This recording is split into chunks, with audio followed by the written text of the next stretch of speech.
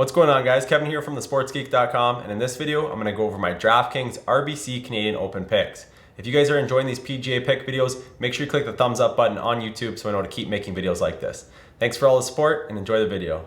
Alright, so I've got 4 picks for the Canadian Open, and I'm logged into Fantasy Labs and I've pulled up the player cards for each golfer that I'll be talking about in this video. So we're starting off with DeLaet. He's 7,500 this week. And if you look at his course history here, it's not great, which kind of surprised me given that he's playing in Canada. He's a Canadian boy, and he's probably played here other times besides just the Canadian Open, I would guess. Even though he's from out west in Canada, I would guess he's played here growing up. But he finished 46th in 2009, missed cut in 2013, and he withdrew last year.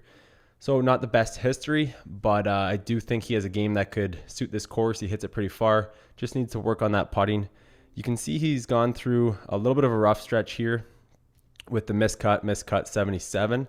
But before that, he was 14th, 27th, 11th, and 5th. And then more recently, 29th at the Barracuda, which is an average result at best given the field. But then in 8th place last week at the Barbasol. So he's rounding into form again, it appears, with the weekend 67 and 63 last weekend. And I think he might have a good showing this week. 7,500 is a great price on him, so he'll be in my GPPs for sure. Next up, we got Emiliano Grillo. He is 8,500 this week. And if we look at his course history here, he only played here once last year. He's a young golfer, so makes sense. He finished 22nd last year, so pretty good result in his first time here. If you look at his game log, this golfer has been playing great lately.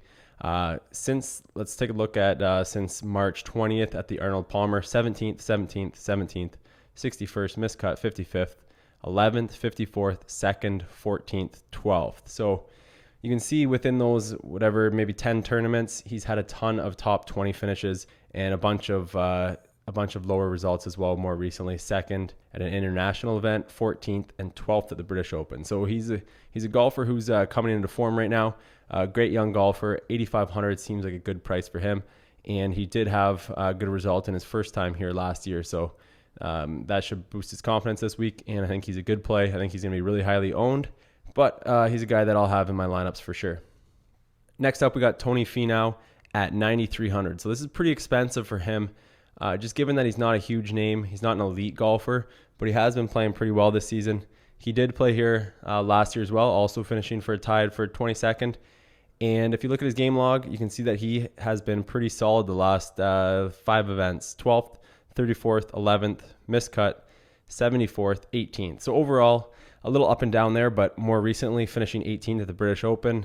And he has had some top finishes this year, including a win at the Puerto Rico Open back in March. So he's a pretty solid golfer. Definitely, I think, a little overpriced, which will hopefully hold down his ownership a little bit. I still think he'll be in the 15 to 20% range in most GPPs, but definitely someone I'll be playing this week. And then my 4th and final pick here for the RBC Canadian Open, Daniel Summerhays at $7,000.